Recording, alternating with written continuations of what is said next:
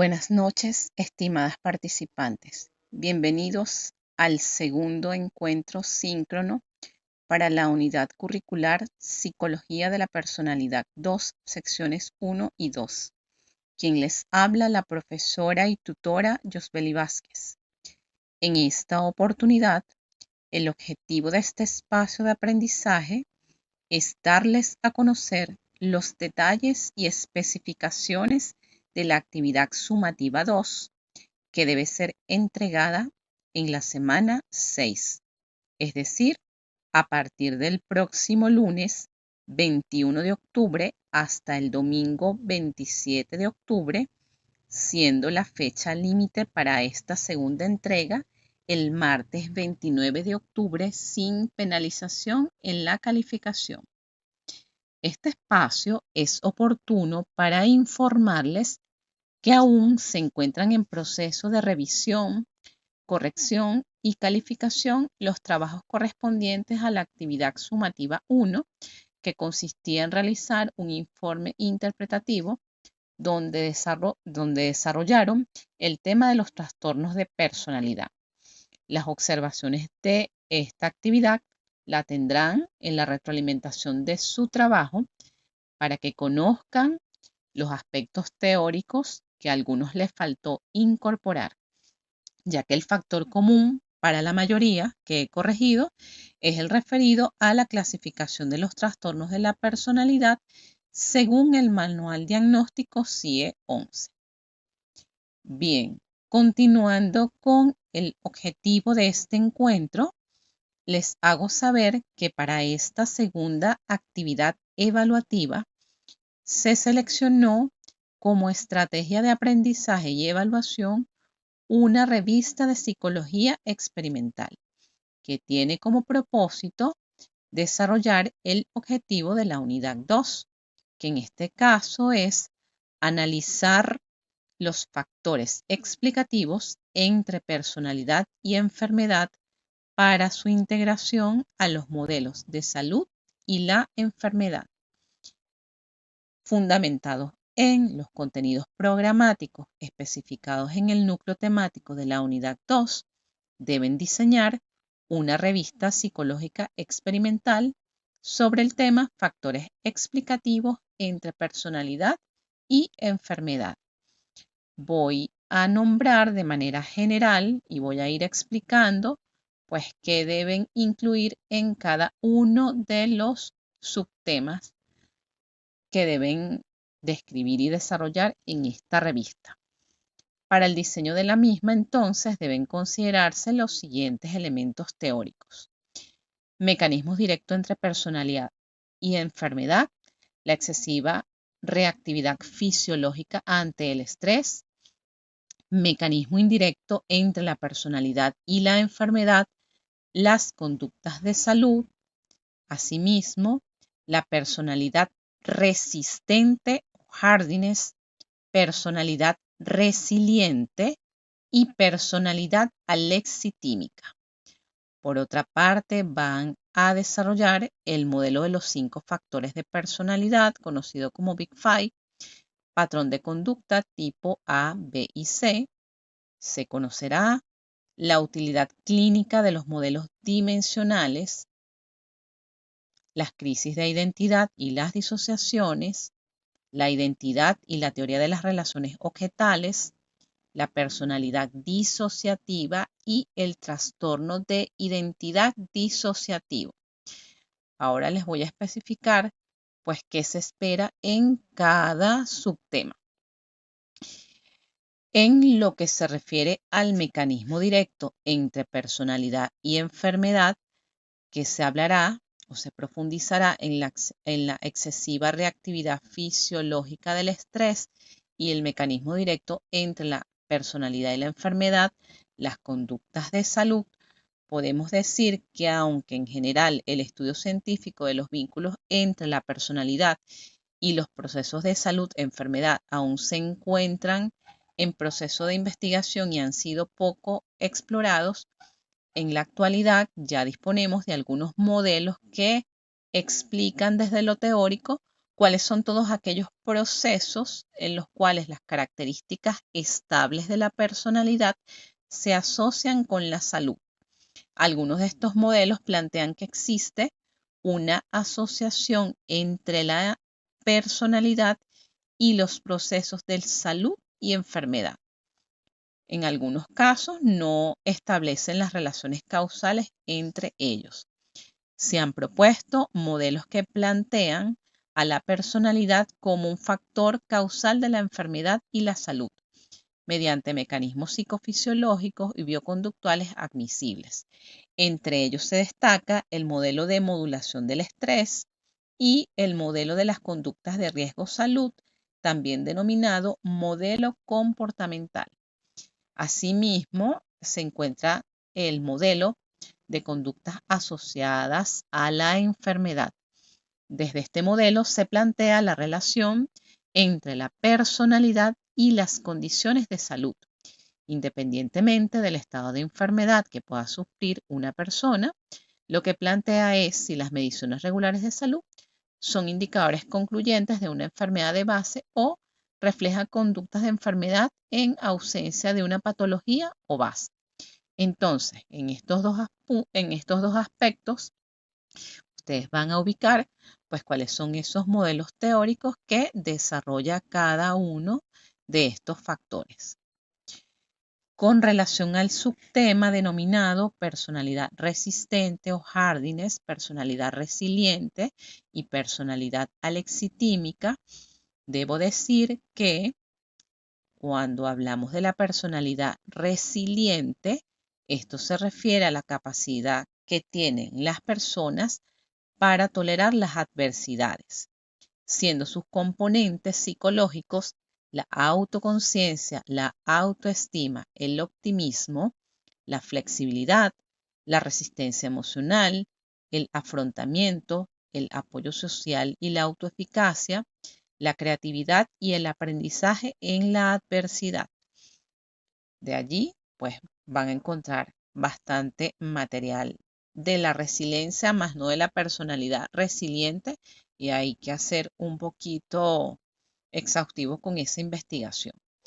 Con respecto a la personalidad resistente, esta hace referencia a las capacidades de resistencia y de afrontamiento activo de las personas ante los eventos estresantes y el sentido de autonomía que define la tipología 4 de la personalidad, que son considerados como factores protectores tanto de las condiciones del cáncer como de la enfermedad coronaria, así como de la salud mental.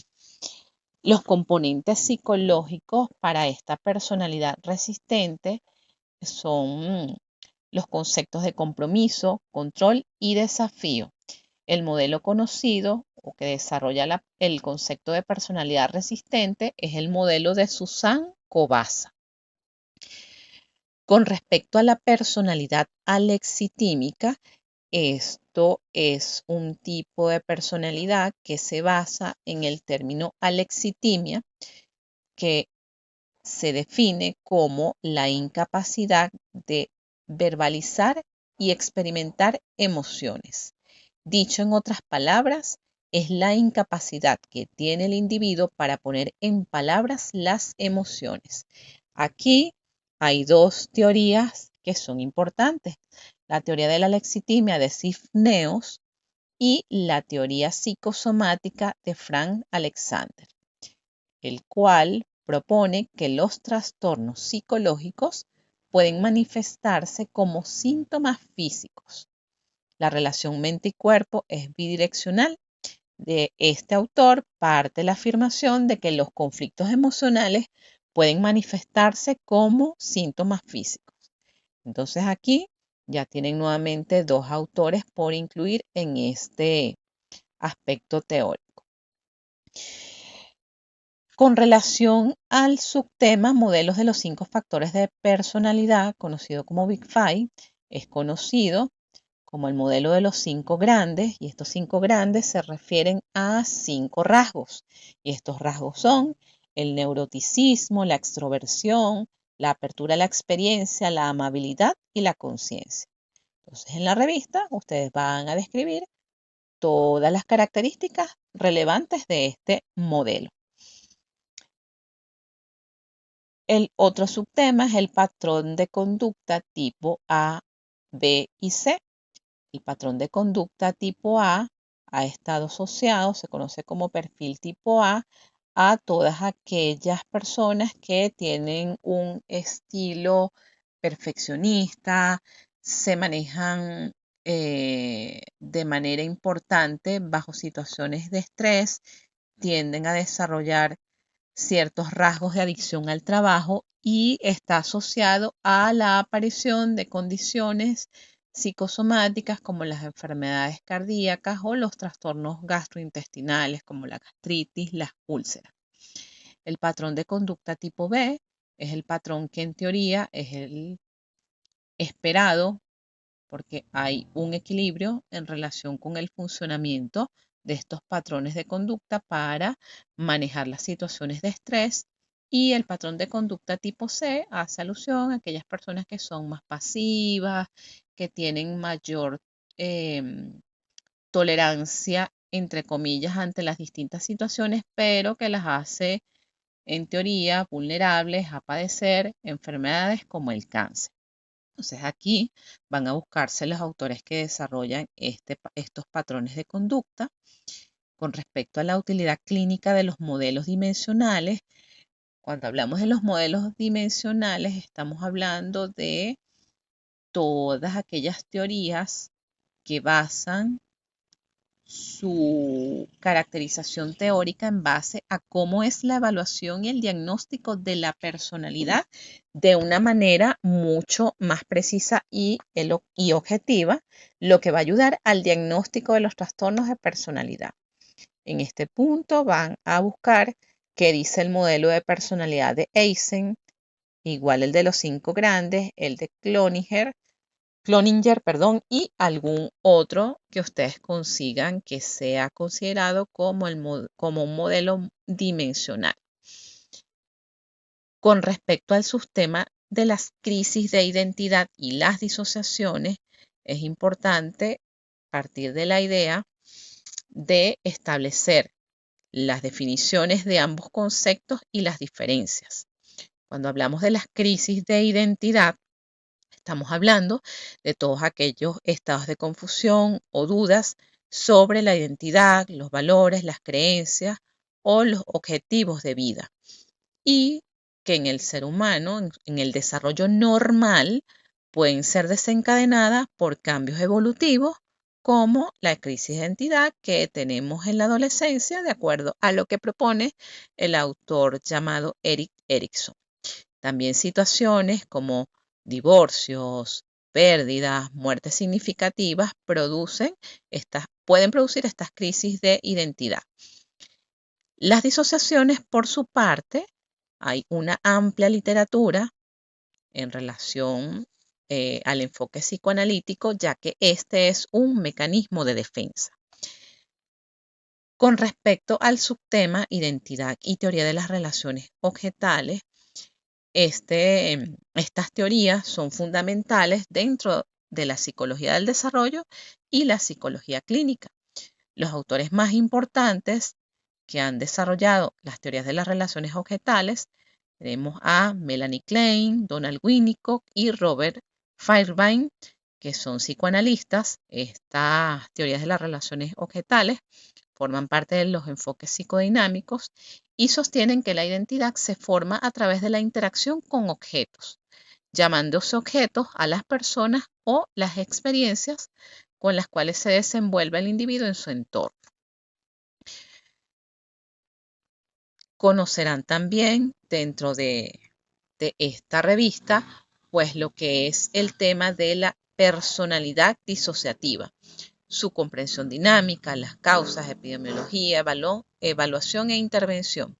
Cuando hablamos de la personalidad disociativa, nos estamos refiriendo a aquel patrón de pensamientos, sentimientos y comportamientos caracterizado por la disociación, es decir, la desconexión de aspectos de la conciencia, la memoria o la identidad que afectan el funcionamiento de la personalidad.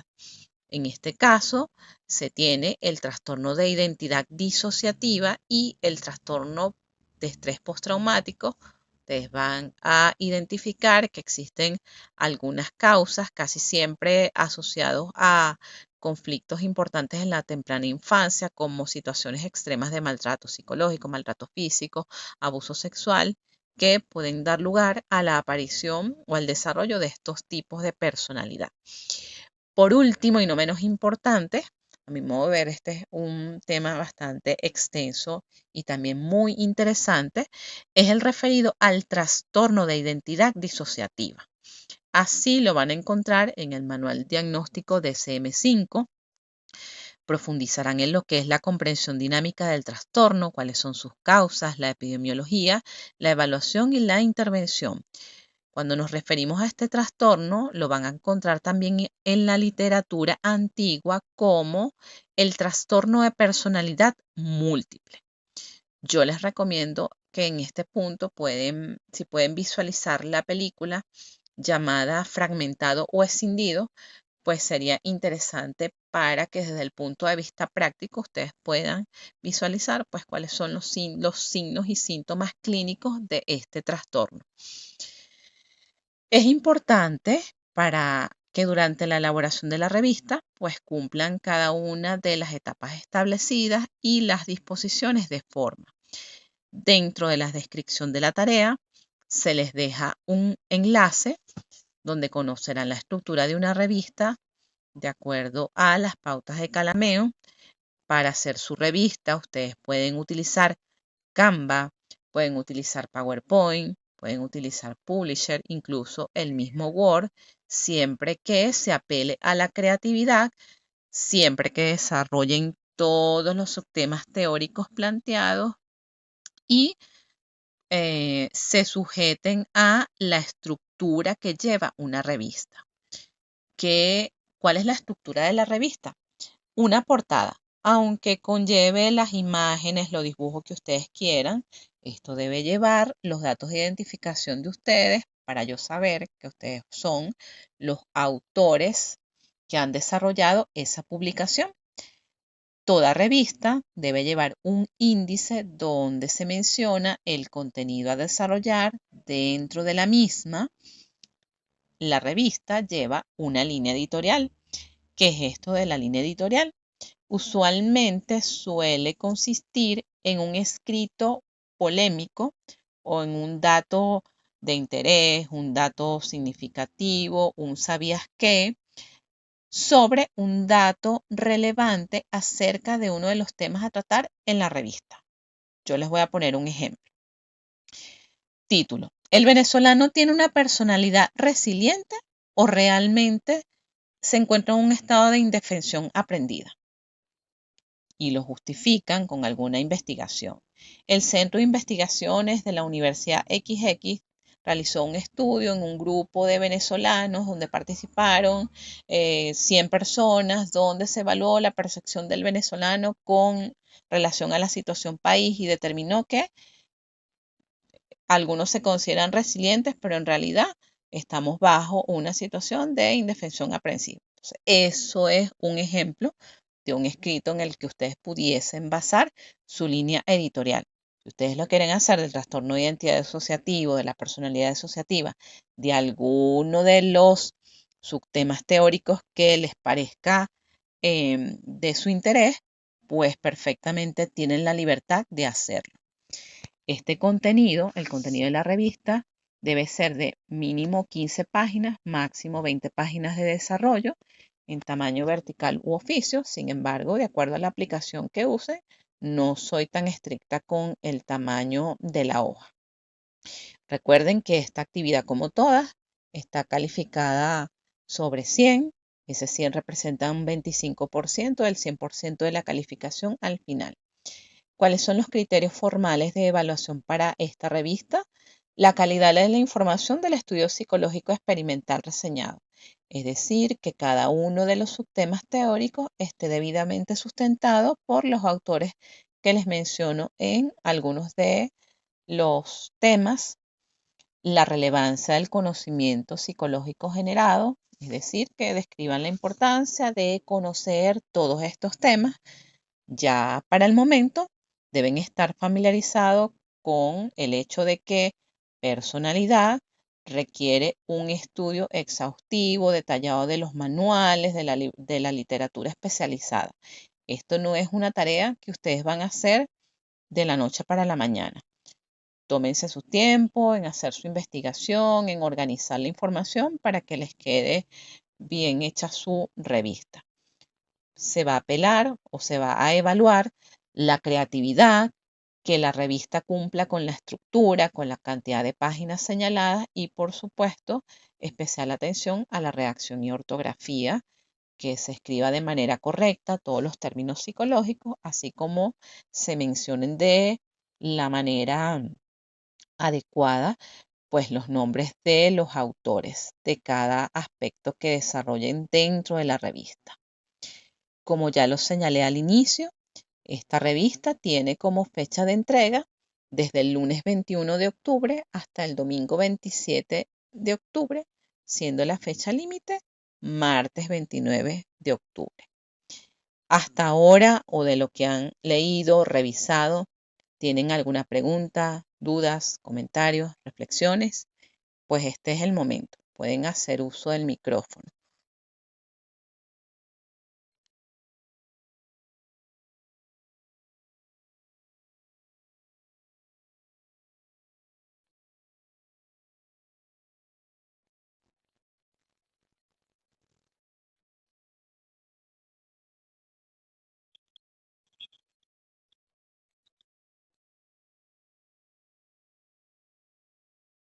No, puedes tomarte una página para ello. La línea editorial usualmente no te lo pongo en una revista, te lo pongo, por ejemplo, en un periódico. La línea editorial usualmente es el escrito más largo en esa primera página. Si quieres usar la mitad de la página y comenzar, pero me parece pertinente que utilicen una página para hacer esta línea editorial.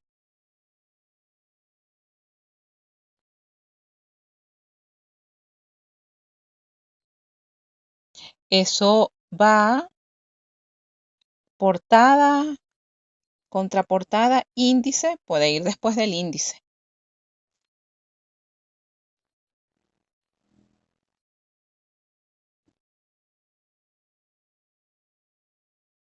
Sí, tiene que poner línea editorial para yo saber que ese es el punto.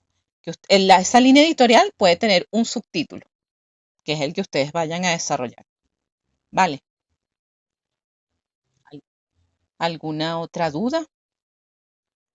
De todas maneras, recuerden que si en este momento no se les presenta, no tienen ninguna inquietud, pero en el transcurso del desarrollo de la tarea, si tienen alguna duda acerca de alguno de los planteamientos teóricos, acerca del material bibliográfico a utilizar, recuerden que me pueden escribir a través de la mensajería del aula virtual o a través del foro de dudas, que a la brevedad posible les respondo. Si no hay más dudas, entonces podemos dar por culminada esta segunda actividad síncrona para la unidad curricular Psicología. Diga.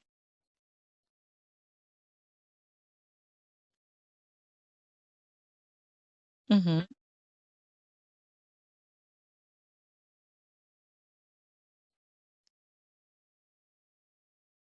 ¿Te parece pertinente que después de haber trabajado todos esos temas que son extensos, hagas un resumen de eso?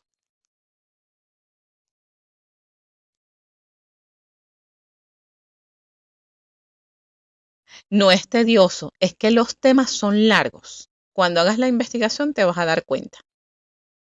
Entonces no va a ser necesario. En las revistas tú no haces resúmenes, ¿o sí?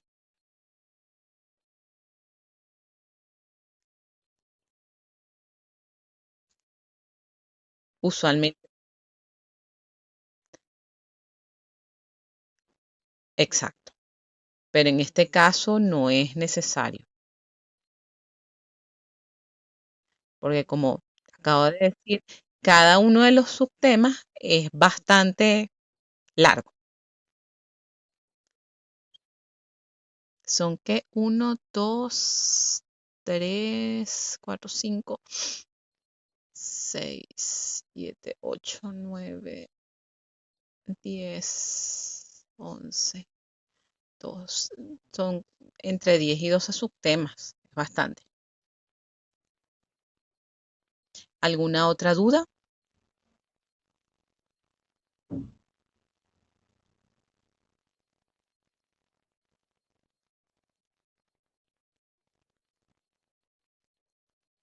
Siendo así, bueno, damos por culminado esta segunda actividad síncrona para Psicología de la Personalidad 2. Muchas gracias por su asistencia y participación.